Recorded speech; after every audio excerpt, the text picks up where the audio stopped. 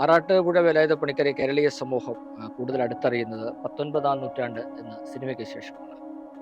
കേരളീയ നവോത്ഥാനത്തിൽ ഏറ്റവും നിർണായകമായ പങ്ക് വഹിച്ച ഒരു വ്യക്തിയാണ് ആറാട്ടുപുഴ വേലായുധ പണിക്കർ. കേരളത്തിൽ ആദ്യമായിട്ട് പിന്നോക്ക സമുദായത്തിൽപ്പെട്ട ആളുകൾക്ക് വേണ്ടി ഒരു ക്ഷേത്രം സ്ഥാപിച്ചത് വേലായുധ പണിക്കരാണ്. നമ്മുടെ ചരിത്ര രേഖകളൊക്കെ പറയുന്നത് ശ്രീനാരായണ ഗുരുവാണ് അരുവിപ്പുറത്ത് അങ്ങനെ ഒരു പ്രതിഷ്ഠ നടത്തിയതെന്നാണ്. ഈ ഗുരു ജനിക്കുന്നതിന് 30 വർഷം മുമ്പാണ് കായംകുളത്ത് മംഗലം ശിവക്ഷേത്രം എന്ന് പറഞ്ഞ ക്ഷേത്രം സ്ഥാപിച്ച അദ്ദേഹം. ഈ ഗുരുവും വേലായുധ പണിക്കരും രണ്ട് കാറ്റഗറിയിൽപ്പെട്ട ആളുകളാണ്. ഗുരു അഹിംസയുടെ വക്താവാണെങ്കിൽ പണിക്കർ ഹിംസയുടെ, അതായത് വാളെടുത്തും കയ്യൂക്ക് കൊണ്ടും ആളുകളെ നേരിടുന്ന ഒരു പ്രത്യേകതരം ഒരു ഹീറോ പരിവേഷമുള്ള ഒരു വീരനായക പരിവേഷമുള്ള ഒരു വ്യക്തിയായിരുന്നു പണിക്കർ.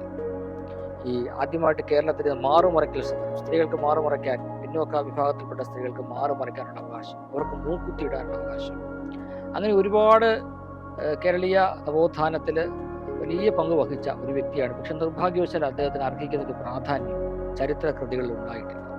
വളരെ യാദൃശ്യമായിട്ട് അദ്ദേഹത്തെക്കുറിച്ച് ഇങ്ങനെ ഒരു ഫീച്ചർ വായിക്കാനിടയായി.